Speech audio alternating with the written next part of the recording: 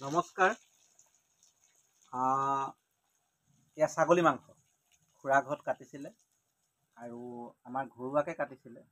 ছাগলী মাংস এইটো নেপালী ষ্টাইলত কাটিছিলে আৰু আমি এতিয়া বনাবলৈ লৈছোঁ। এখন আমাৰ জুহাল আৰু সেয়া দেউতাৰ লগতে বহি আছে।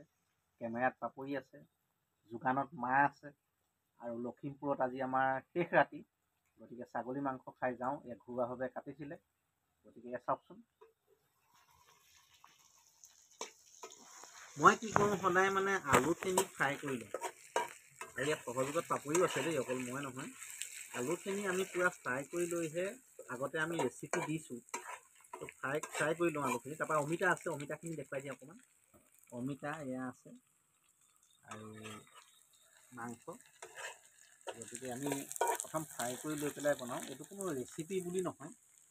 আজি ডাৱৰীয়া বতৰ, লখিমপুৰত খুব ঠাণ্ডা। তাৰে এটা ভাইব দিলোঁ, মানে ঠাণ্ডাত কি কৰা যায় সেইটো এটা ভাইব দিছোঁ আপোনালোকক। জুহালৰ মজাটো কেনেকুৱা।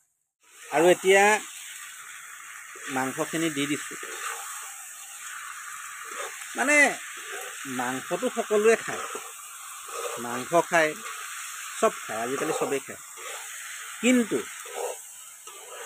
গুৱাহাটী ঘৰটো খাই থাকে। এই জুহালত বনোৱা বা জুহালত খোৱা, এই যে দেউতা বহি আছে, জুই যে দি আছে, এই যে জুই দি আছে, এই যে মায়ে যোগাৰ কৰি আছে, পাপৰিয়ে বনাই আছে, মই ভিডিঅ' কৰি আছোঁ, এইখিনি যে খৰি এনেকৈ যে গোটোৱা হয়, ইয়াৰ মজাটো বৰ বেলেগ। এই মজাটো বেলেগ। এইকাৰণে গাঁও মোৰ খুব প্ৰিয়।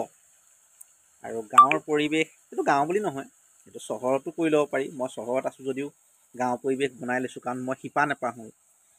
গতিকে এই পৰিৱেশটো দেখাবলৈ ভিডিঅ'বোৰ ৰাখি থওঁ আৰু খুব ভাল পাওঁ এনে পৰিৱেশ। মই এনেকৈ থাকি ভাল পাওঁ। সেইকাৰণে দেখে চাগে জবজংকৈ দি দিওঁ কিবা এটা, সেই পৰিৱেশবোৰ মানে ধৰি ৰাখোঁ। কাৰণ এসময়ত এইবোৰ নাথাকিবগৈ। এই জুহালখনটো নায়েই আজিকালি বহুতৰ ঘৰত। মডুলাৰ কিটচেন হৈ গ'ল, কিবা কিবি হৈ গ'ল। এই যে হাতত চাই লগা কেৰাহীখন, এই যে এনেকুৱা লেপি থোৱা কেৰাহীখন, আৰু বৃহত্তৰ আমাৰ হেৰি এটা আছে, কেটলি এটা আছে। এই যে চচটো তলত যে থৈ দিছোঁ, এই চচটো, এইবোৰ পুৰণা বা কিবা এটা হ'ব পাৰে, কিন্তু ইয়াত এটা আৱেগ আছে। বাকী আপোনালোকে খাচী মজা লওক দেই। ভুল কৈছোঁ নেকি এবাৰ জনাবচোন।